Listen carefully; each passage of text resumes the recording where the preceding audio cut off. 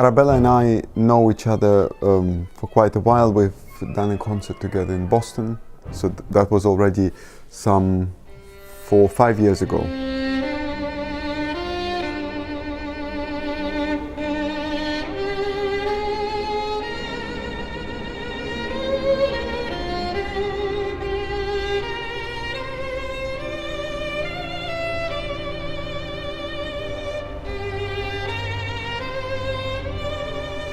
It was very natural, very nice to work together. So now we have something very challenging, the Britten and Hindemith concerto, which is really wonderful to record because I love very much the repertoire of the 20th century. And we played actually in January the Hindemith concerto with the Rundfunk-Sinfonieorchester Berlin as well.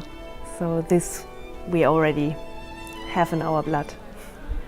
She played it absolutely stunningly in terms of the technical assurance, precision and the poetry.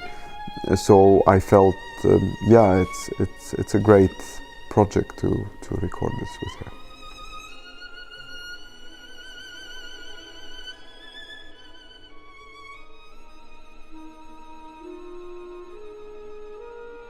I mean, first of all, it's physically also a very different feeling to record two concertos like Hindemith and Britten, because they are actually quite exhausting to play. The other side is of course the musical side, and it's interesting because they are both written around the same time, 1939, so both composers had this, the knowledge of, the Second World War was just about to start, and both were actually just about to leave the country and wrote these concertos.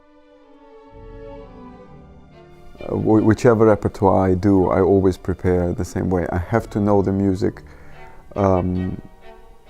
from top to bottom, from start to finish, and most importantly, I have to know the piece ideally through the prism of composer's own view.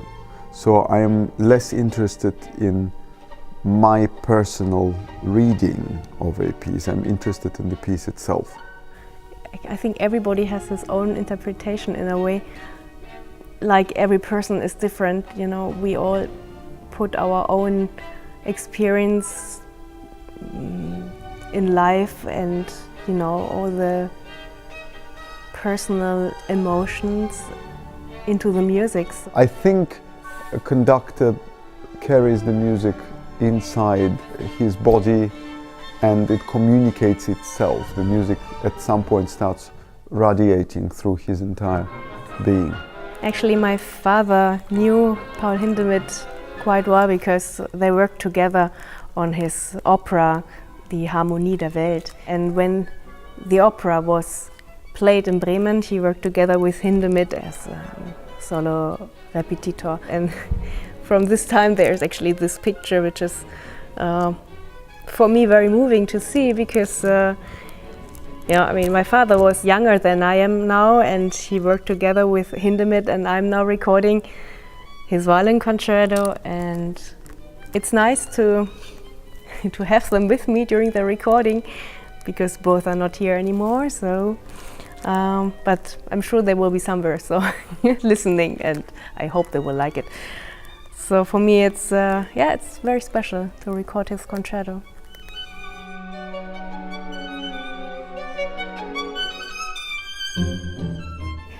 Of course, I have my thoughts, and I know approximately what I would like to do.